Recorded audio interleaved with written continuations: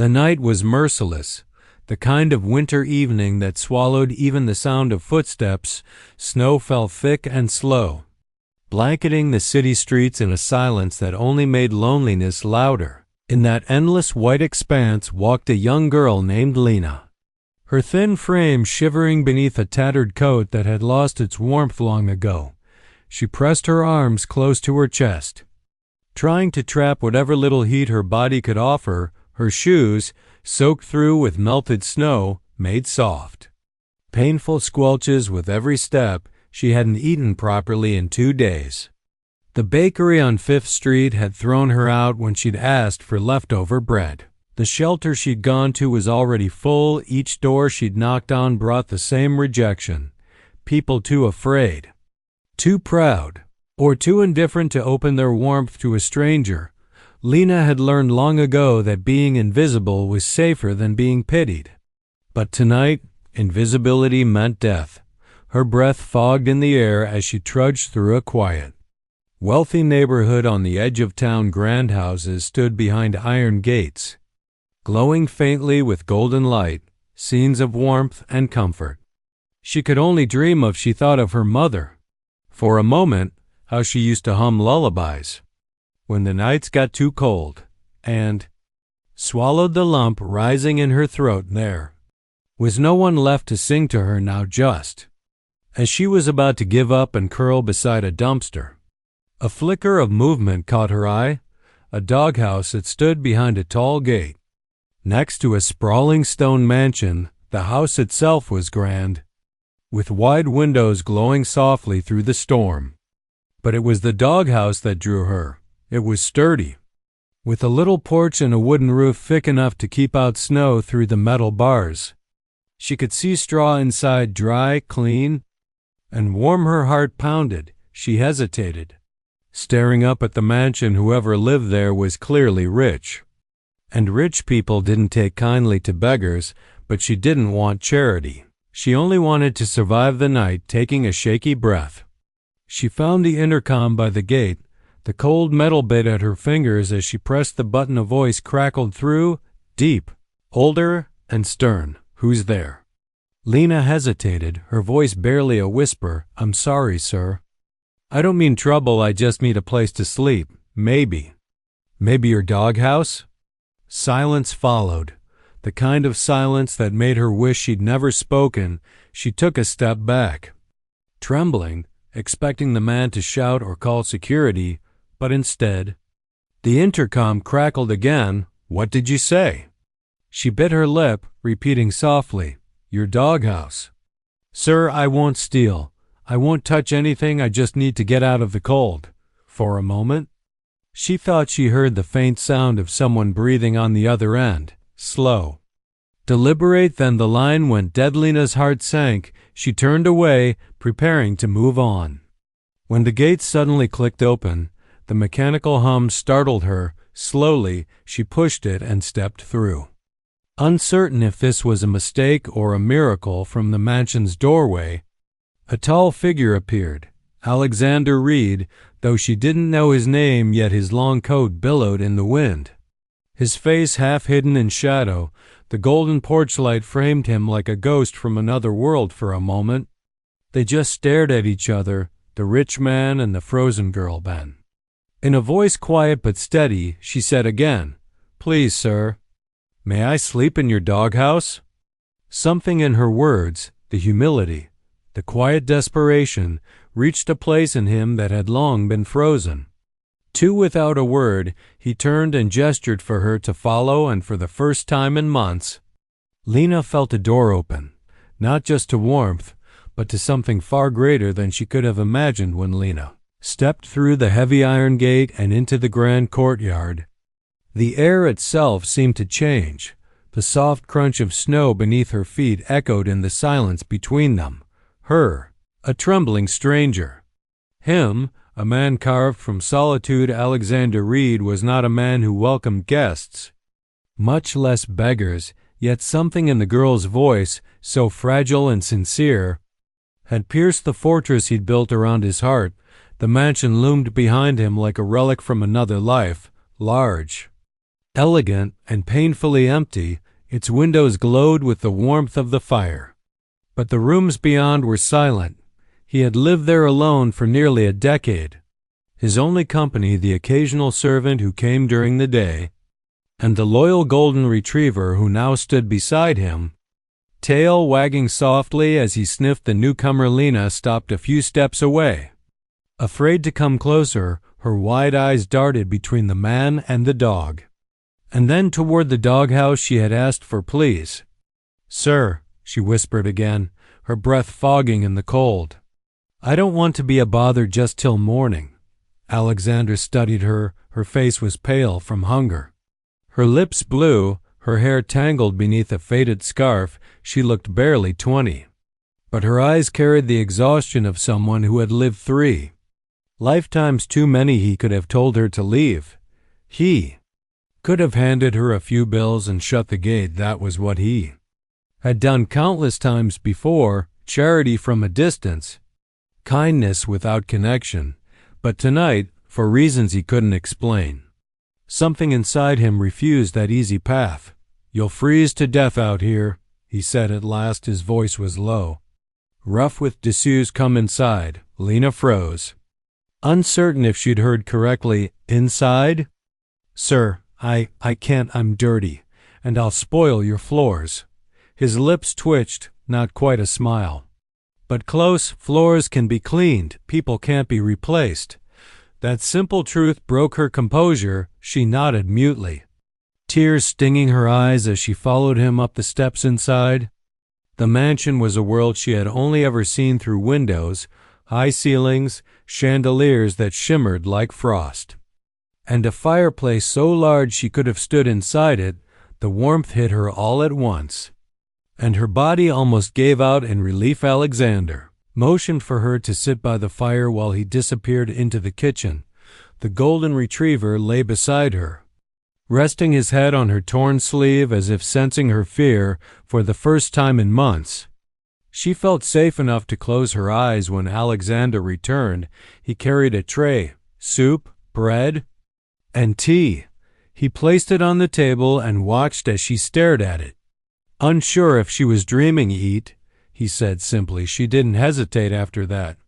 Between soft sobs, she ate, slowly, reverently, as if each bite was a prayer answered. He said nothing, only watched. Something about the way she held the spoon with trembling fingers made his chest ache. He had built his fortune with precision, intelligence, and ruthlessness, but all his wealth had never stirred his heart like this small, broken act of gratitude. When she finally spoke, it was barely a whisper. Thank you, sir.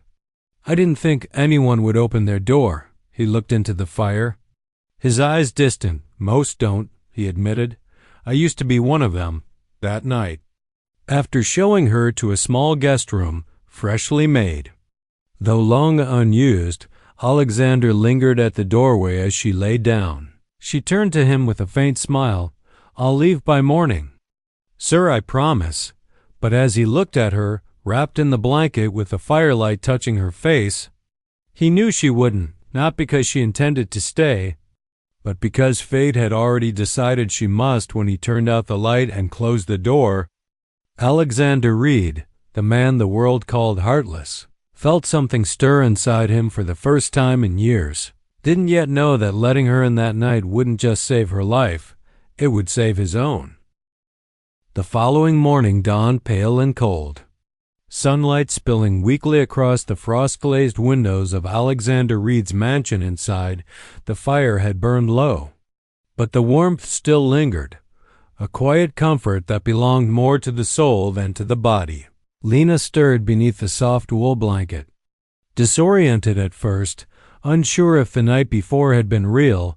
The bed beneath her was impossibly soft, the sheets clean and scented faintly of lavender.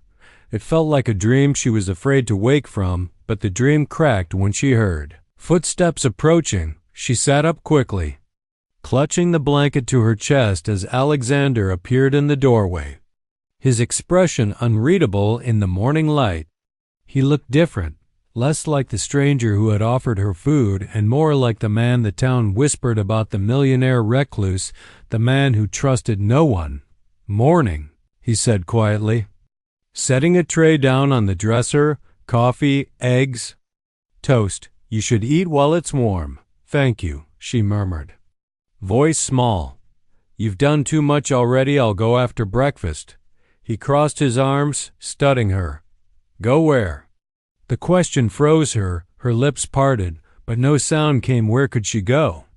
The storm had deepened overnight, and even from the window she could see the wind sweeping snow across the fields like a white ocean.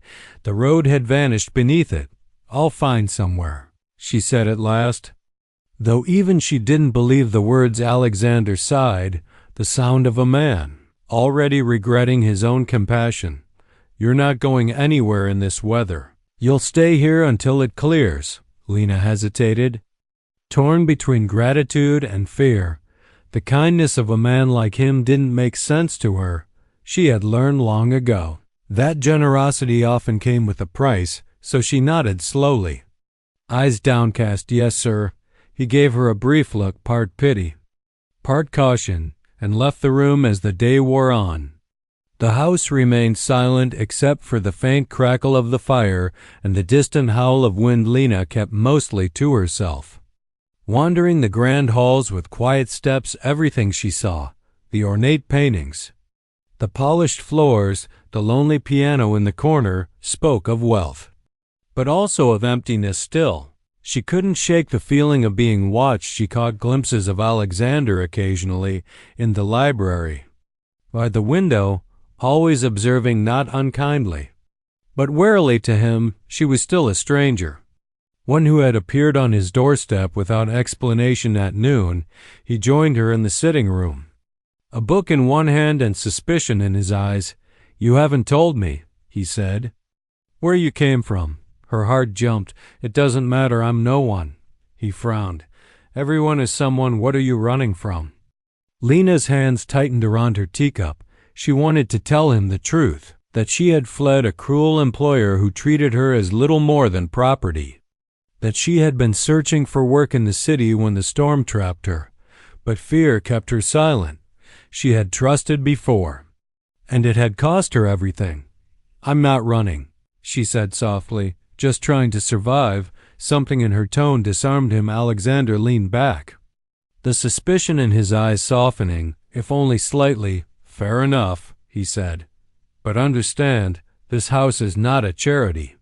You'll earn your keep." Her head lifted at that. "I can clean, cook, anything. Just let me stay until the storm passes." "Fine," he said. "We'll see how long that takes." By evening, she had washed dishes, swept floors, and even prepared dinner, a simple stew that filled the mansion with warmth. Alexander joined her at the table, the silence between them less sharp now, more curious than cold. When he asked again where she had learned to cook, she smiled faintly. "From a woman who taught me that feeding someone is another way of praying." For the first time, he smiled, truly smiled. "Then maybe I've been starving longer than I thought." The words hung between them, quiet and dangerous, like a spark waiting to catch outside. The storm raged on inside. Two souls, one weary, one wounded, began the uneasy dance between shelter and suspicion, neither yet ready to trust, but both knowing that fate had tied them together in a house that no longer felt quite so empty. By the third day, the storm still showed no sign of mercy. Snowdrift swallowed the fences outside, and the world beyond the ranch had vanished under white silence inside. The once cold mansion had come alive with small sounds, the hum of a kettle, the faint laughter of firewood crackling, the soft footsteps of two people no longer strangers. Lena had begun to move through the house with quiet confidence. Her sleeves rolled up as she worked. She polished the old silverware, mended torn curtains, and even swept the grand staircase, humming softly as she went. It was the first music the mansion had heard in years. Alexander found himself pausing often just to listen. For so long, his house had been filled with nothing but the echo of his own solitude, a silence that even wealth couldn't drown.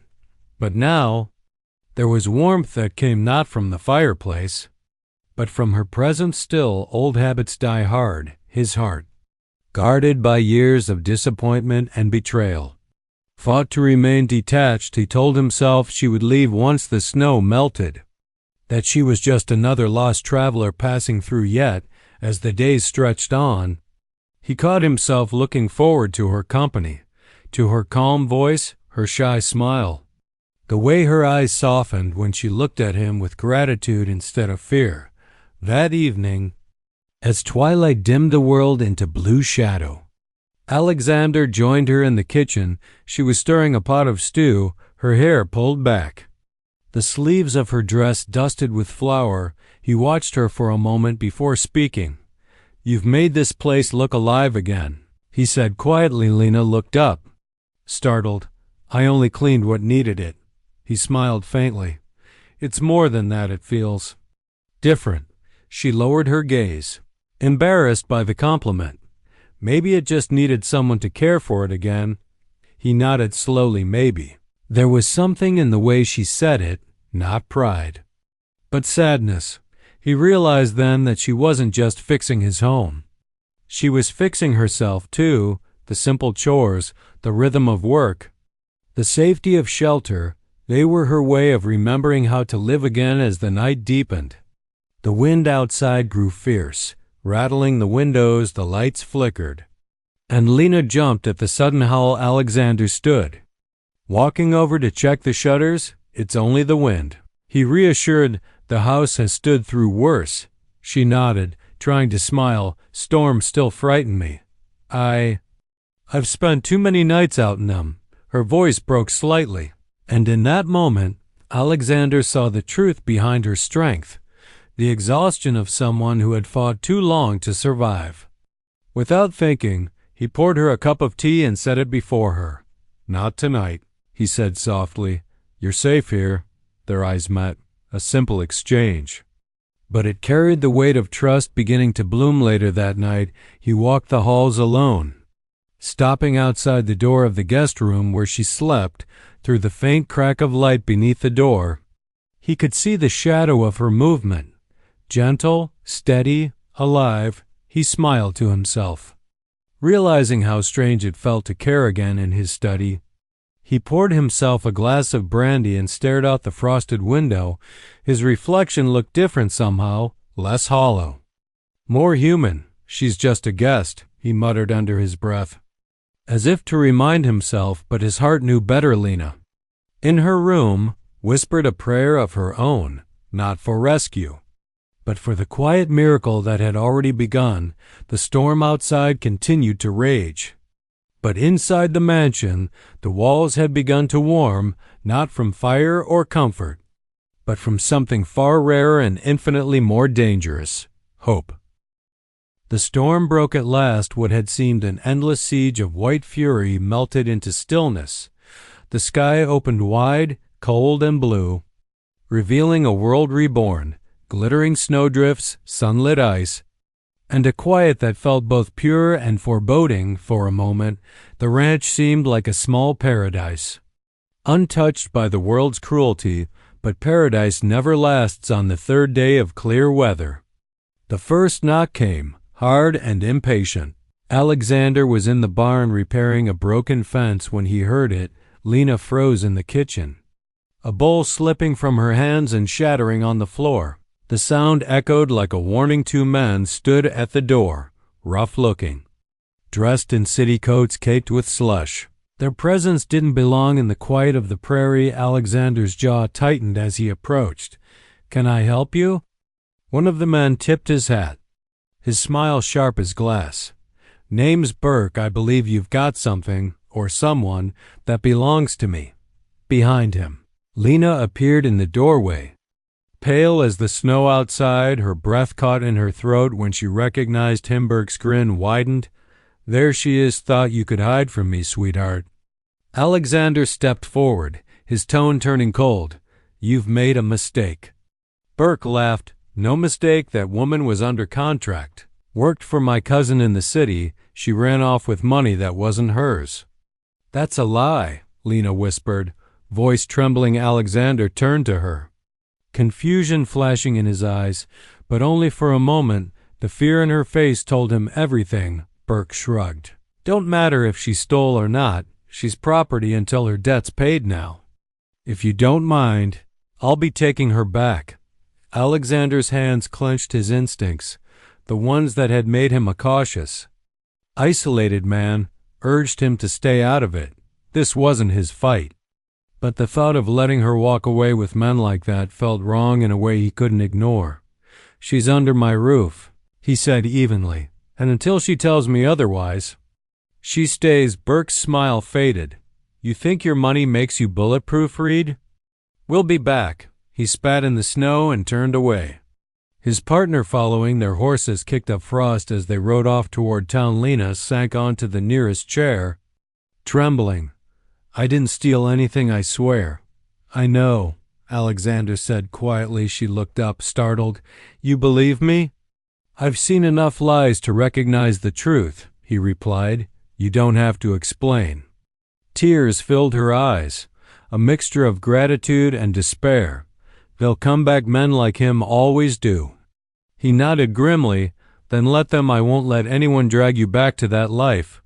But as the hours passed, Alexander's certainty wavered. The town would talk. A rich man protecting a runaway girl was the kind of story gossip loved. He could already feel the stares waiting for him when he rode into town next. Still, when he saw Lena by the fire that night, her face calm, though her hands trembled slightly as she mended a tear in his shirt, he knew there was no choice left. By the next morning, the peace they'd built felt fragile, a glass house waiting for the next stone. Alexander rode into town for supplies and was met with whispers that confirmed his fears. Burke had already spread his story, painting Lena as a thief, a runaway, a liar. When Alexander returned home, his face was hard, his jaw set. The world's already decided who you are, he said quietly. Watching her by the fire, she looked up at him, eyes full of quiet strength. Then let them. I only care what you believe. For a long moment, he said nothing. Then he sat beside her and placed his hand gently over hers. Then that's enough. Outside, the world had turned cruel again, but inside those walls, they held fast to the fragile flame that defied it, a bond born not of convenience, but of faith. The days that followed tested both their courage and their hearts. The men who had come for Lena didn't return, but their shadow lingered in the whispers that reached the ranch, in the wary glances Alexander received in town, in the way Lena sometimes woke in the night and listened to the wind as though expecting footsteps. Yet, slowly, life found its rhythm again. Spring began to thaw the frozen world. The snow receded from the fields, and the first hints of green pushed through the earth. Birds returned to the fences, singing in the soft dawn light.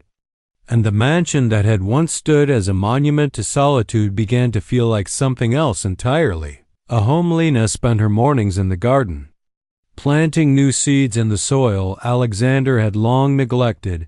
He watched her from the porch sometimes, his coffee growing cold in his hand, marveling at how easily she seemed to breathe life into things. Every small act, a repaired curtain, a swept floor, a loaf of fresh bread, seemed to erase a layer of the cold that had settled in his soul years ago.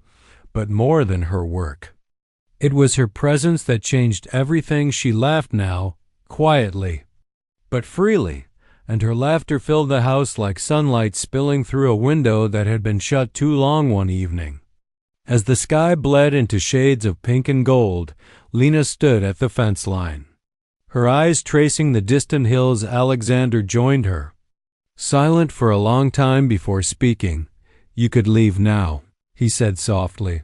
If you wanted. The roads are clear. She turned to him, surprise flickering in her expression. Do you want me to go? He hesitated. No, he admitted, the word falling from his lips like a confession.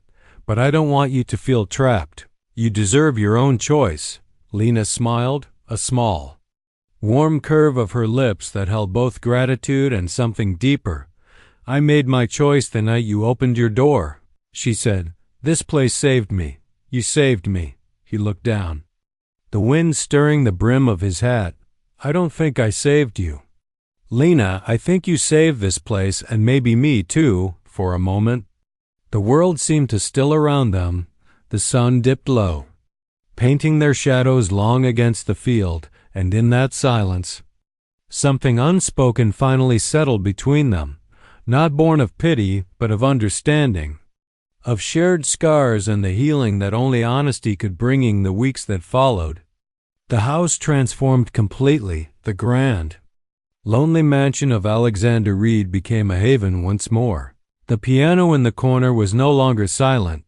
Lena had begun to play in the evenings, her fingers tracing soft melodies that seemed to carry the warmth of her soul into every room. Alexander often found himself standing quietly in the doorway, watching her. He didn't need to speak.